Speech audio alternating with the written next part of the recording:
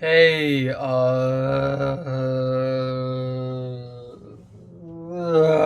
up? This is a culture detective here. Finally getting some paper cuts because we are into the paper cut season now. Yay! And today I'm going to be doing a second review of the day, and that would be an album review on a Hong Kong album because I am currently on my streak of trying to find good Hong Kong music. And the album is going to be Lam Ga Him debut album, only released last year, Major in Minor, or his English name, Terence Lam. So, yeah, I'm going to review my streak of Hong Kong albums. I'm going to review 7 of them before I leave Hong Kong, and then once I've arrived in the USA, I'm gonna do another streak of Hong Kong movie reviews. But anyways, back to Hong Kong music. For the last year or so, I've been trying my very best to search for good Hong Kong music, let alone great Hong Kong music, and I've only found a few songs, and everything else is just kind of mediocre. And anyways, today, right here, we have an album from Terence Lam, Lam Ga Him, who is a singer and songwriter in Hong Kong, and he makes Cantopop music. And at this point, I have already reviewed a few Cantopop singer-songwriter type albums, even though Cantopop singer-songwriter albums and Cantopop rock albums and like other albums are pretty much the same few things. But I've reviewed a few solo albums from the likes of, Eason Chan, Jason Chan, to friggin' Paco Chow, and all 3 of these albums are pretty mediocre. Aside from Eason Chan, who actually experimented a little bit with his music, but it never really came to fruition. So I didn't really have any high hopes coming to another singer-songwriter Cantopop album, and my expectations are met because this album is pretty much exactly the kind of album you would expect, except instead of being released in the early 2000s or the year 2010s, this is released in the year 2020, and it's just the same bland, repetitive, boring shit that you can expect a Cantopop album to be. The only thing about this album that actually makes this a little bit more enjoyable than some of the other boring Cantopop albums is that the production on this album is actually really crisp and nice. It has some nice beats, like sequenced beats and guitars on this album that is kind of lacking in other Cantopop albums. However, that is kind of cancelled off by the very robotic and monotone vocals of Terence Lam. The entire album is jam packed with quiet, slow ballads. And I'm glad that this album is only half an hour long because if it gets any longer, it would just bore me to death.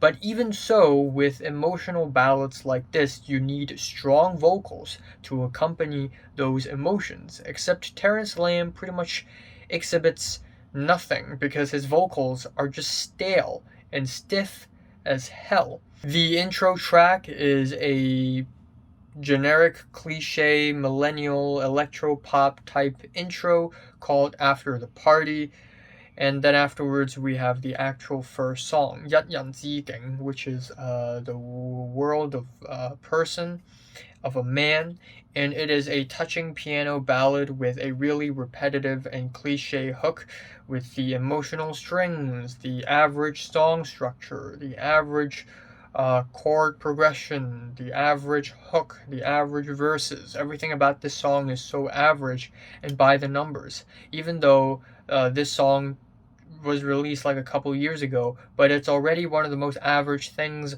I've listened to in Hong Kong music. And then for some reason, after only one track, we are hit with another interlude called Memories, which is a piano interlude where a beat kind of subtly builds up. And even though this interlude is not a great interlude or anything, at least this is, in my opinion, one of the better tracks here. It's not bullshitting around. It's not that boring either because it's kind of short. Anyways, the next track is 하얗 와이 진도, which means I don't really know what it means. The next 진도, whatever that means, and it is an emotional piano ballad about romance and breaking up and letting go. And again, the vocals are very monotone and robotic. And for some reason on this track and on a couple other tracks on this album, Terence Lam decides to sing offbeat. And I may take this as a sort of style that he has, which is in concept actually pretty cool. But in execution, it just sounds like an error on his part. It just sounds like a misstep. It just sounds like a misrecording. It just sounds weird. It just sounds off. It doesn't make any sense. And then towards the end of the track, it sort of builds up to something, except the track already ends by then. Then we have the track 팽맹목경, which is a quiet piano song with soft pianos and guitars and drums, and instrumentally it is not bad, and lyrically it is about a breakup again. But once again, even though this track is not necessarily bad or anything, I've heard tons of bands and tons of artists do this kind of thing and do this better, so there's that. Then we have another interlude called Regression, which is nothing but 76 seconds long of harmonica. I don't know why.